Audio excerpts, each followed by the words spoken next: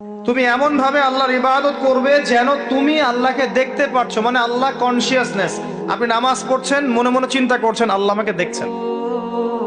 আপনি ব্যবসা করতে বসেছেন, মাপছেন, ওজন দিচ্ছেন, একটু কম বেশি দেওয়ার সুযোগ আছে, কাস্টমার দেখছেন আপনাকে, কিন্তু আপনি চিন্তা করছেন আল্লাহ আমাকে দেখছেন। আপনি কি বুঝতে পারছেন কি বুঝতে পারছি? আপনাকে একটা বিল পাস করতে দেওয়া হয়েছে, আপনার সুযোগ আছে এখানে দুর্নীতি করার, আপনাকে টেবিলের তল দিয়ে টাকাও দেওয়া হয়েছে, আপনি নেওয়ার আগে চিন্তা করছেন যে আল্লাহ আমাকে দেখছেন। নিঃস্ব অবস্থায় কি দোয়া করতে পারেন একজন মানুষ, এই দোয়াটা শিখে নেন, ইনশাআল্লাহ আপনার জীবনের সমস্ত সংকট কেটে যাবে ইনশাআল্লাহ।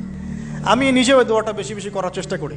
দোয়াটা হচ্ছে, রব্বি, একটা নেক কাজ করলেন, মানুষের উপকার করলেন, নেক কাজ করে এসে গাছের নিচে বসে দোয়া করছেন, আল্লাহ এখানে তো আমার খাবার পানি বাসস্থান কিছুই নাই, আমি কি করব? রব্বি ইন্নি লিমা আনজালতা ইলাইয়া মিন খায়রিন ফকির।